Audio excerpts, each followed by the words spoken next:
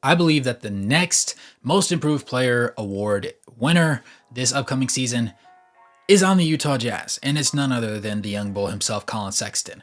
I don't have his jersey up directly behind me, but if you're a fan of this channel specifically, you know that I'm very fond of Collin Sexton. I'm fond of his playstyle. I'm fond of his energy. It's just infectious. And while he isn't the most physically gifted person from a height standpoint, standing at probably all of 6'2", he makes up for it with strong size, quick hands, quick feet, and even after a meniscus tear in the 2021-2022 season that ended him for the year in November, I believe it was the 7th, he came back and he's been better than ever, even adding a change of pace to his game, which allowed him to score at even greater heights while also improving his playmaking and cutting down on turnovers this past year in his starts with the Utah Jazz. For that reason, today we're going to be discussing exactly why I personally believe that he is that guy, and more importantly, the fact that he's just been underrated and viewed as an afterthought by the league despite being only 25 years old. Guys, it's your boy Wraith Hoops. If you're new to the channel, go ahead and smash that like button, subscribe, turn on post notifications, and without any further ado, let's go ahead and get into this one.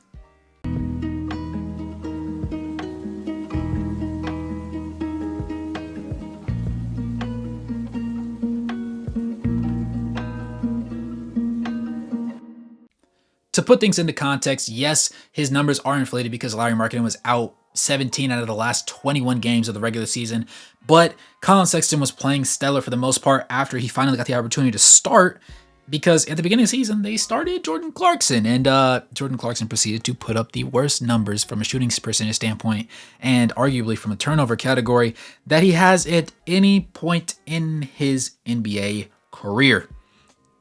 Do I think it's indicative of him just being on the decline and him now being a terrible player? Absolutely not. But I do have reason to believe that he will not be seeing terrific improvements going from there. With that being said, though, over the last 56 appearances that Collin Sexton had, 51 of them were starts. Out of those, he's averaging 21.2 points, 5.6 assists, 2.6 rebounds, and shot 50% from the field and 41% from three-point range on 4.2 attempts, which is the second highest attempt mark of his career.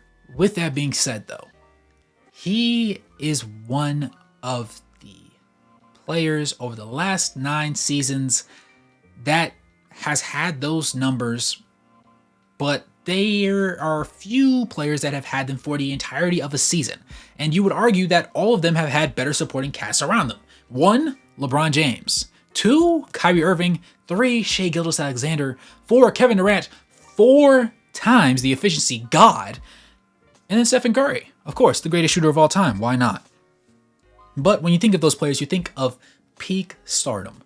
You don't really think about that when you think of Collin Sexton, which is unfortunate because he should be in those conversations. And while I wouldn't necessarily say have him write out his Hall of Fame speech, get ready for your jacket, buddy, you're going to be an all-time great, I think that people are viewing him as an afterthought when there is absolutely no reason to do that. He's only 25 years old. As I said in the very beginning of the video, he should be a major piece of the Utah Jazz future, but yet many people, even analysts that watch the games and have words and ears and conversations with people in the front office, seem to feel like he's a possible trade asset. And I understand everybody should be tradable if you're not a very upper echelon team in the NBA, probably top 4 in East Conference. Everybody, with the exception of your number 1 star, should probably be on the table, at the very least, to hear what people are willing to trade for them. That makes sense. But when you take into account the fact that he's made such great strides this past season, I don't think that there's a reason for him to be ignored. Yes, the Utah Jazz were a team that was bad at the second half of the year when he was really doing most of his damage, but he was efficient basically the entire year. He was a good player basically the entire year. And yes, defensively, he's not the tallest or the longest, so a lot of times you see him get a great contest, but he's just too little physically for it to affect the person shooting. That happens. We respect that. It's understandable. He plays harder defense than Stephen Curry. He plays harder defense than Trae Young. He plays harder defense than Damian Lillard. He's one of the most tenacious guard defenders. He gives Josh Hart effort on the defensive side of the floor. He's really loud, really energetic. He hypes up his teammates when they make plays. Even when somebody subs him out of the game and he's on the bench, he'll be the first person when the timeout gets called or when the dead ball happens, hyping up whoever made the most recent play and just getting up in everybody's face, boosting the aura and the energy in the building. And that's something that you need, especially on a team full of young guys, because you want them to have the reinforced energy and understanding that when they make a good play, somebody will be there to lift them up and tell them they did great. Similarly, if you make a bad play, there's going to be somebody that's not going to just beat you down. They're going to talk you through the process of what happened and help you understand what you need to do next time to be more successful. That's what leadership is, and that's what Collin Sexton embodies to me. But because he's with the Utah Jazz at the moment, and they're not viewed as a very good basketball team, and even when they were viewed as a basketball team that was really good, they really didn't get as much media attention as I felt like they should have, because they're a smaller market team. And so as a result, he just doesn't get his name called like that. But Jordan Clarkson did it one time before, and I think that Collin Sexton, even on this roster this upcoming season, should have the ability to show everybody why he's that guy. And honestly, I felt like he really should have had that opportunity this past season to prove that case, but I definitely think that he can average 20 points once again this upcoming year, especially with the roster looking the way that it does. Now, the goal is to lose a lot of games, so I think that he's probably going to be playing maybe 30, 32 minutes a night. He's not going to be playing 36, 38 minutes. That's just not going to happen. Even in really close games, I think that the younger guys are going to have the opportunity to really step up and show what they're worth and just make mistakes in those moments. That makes sense. But individually as a player, there's very few guards that I think are trending upward the way Collin Sexton is. From a playmaking standpoint, he took strides that he needed to. From a turnover standpoint, he took strides that he needed to. Especially in real time, you could watch them game by game by game by game, just the improvements that he made. And sometimes he did have regression points. I'm not going to sit there and say that he didn't. This is not a Collin Sexton Glaze video. This is a conversation about how good of a player he actually is and why I believe that he is deserving of that award. Or, in theory, he should be. Now, if we take into account the fact of him only averaging about 4 assists at one point another time in his career, back in the 2020-2021 season when he averaged 4.4, this year he averaged 4.9, and that doesn't even do justice considering the fact that the first 20 to 28-ish games of the season, he came off the bench behind Jordan Clarkson, who was shooting piss poor, for lack of better phrasing, and there was no great benefit to that one.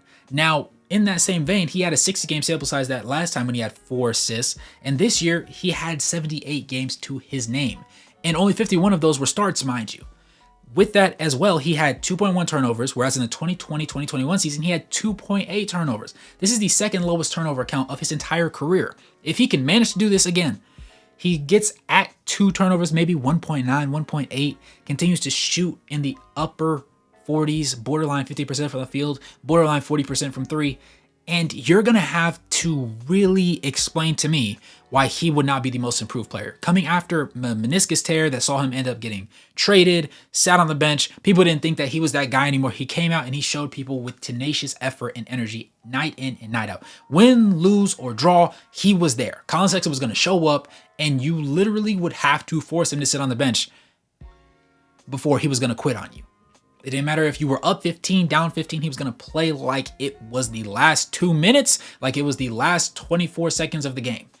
Sitting down on defense, whether the person was 6'7" or 6'2", it didn't matter. And that's something about him that I really admire from a basketball standpoint, from an entertainment standpoint. I don't think it gets very much better than him. He gives off that same tier of vibe of a Patrick Beverley or a Russell Westbrook. So if you don't really love how loud and energetic they can get at times, I understand that.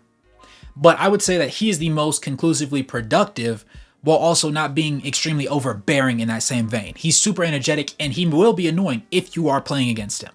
But if you're on his side or you're just in the crowd and you're watching him go crazy, it's fun to watch because he's not overly celebratory. He's more likely to celebrate for somebody else's make than his own make. He'll get a steal, swat the ball out of bounds, go diving for the ball and go sliding on the ground, and then just get up and start clapping because he's hyped that he almost forced a turnover.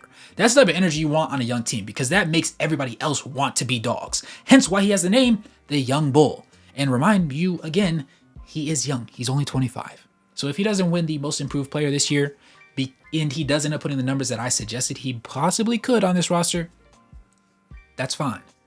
But I don't want to see him get traded for peanuts when he really should be a cornerstone of this Utah Jazz team. I genuinely think they're probably a couple development years away from a couple of these players on the roster being significant role players on a championship caliber team. and I think they're one starish player away. I think this draft could be that year where they get that elite wing. I don't know if Cody Williams will be that person. I don't know if Kyle Filipowski will end up leapfrogging one Walker Kessler. But I do think that the combination of Collin Sexton and Lauri Markkanen is an extremely underrated duo, and people do not give Collin Sexton the respect that he deserves. But let me know what you guys think in the comments below. As always, I'm welcome to criticism as long as it is done in a respectful way, of course. And let me know if you're not a fan of the Utah Jazz, or if you are a fan of the Utah Jazz and you think somebody else is going to be better improved than Collin Sexton is. I'm all ears. Let me know in the comments below. As always, it's your boy Wraith Hoops. Thank you for tuning in this video. If you lasted this long, for one, go ahead and smash that like button, subscribe, turn on post notifications, drop a donation, or become a member of the channel to get the videos faster than anybody else and to help support the content. With that being said, as always, good morning, good evening, and good night. No matter where you're on the globe watching, thanks for tuning in, and I'll catch you guys in the next one. Peace.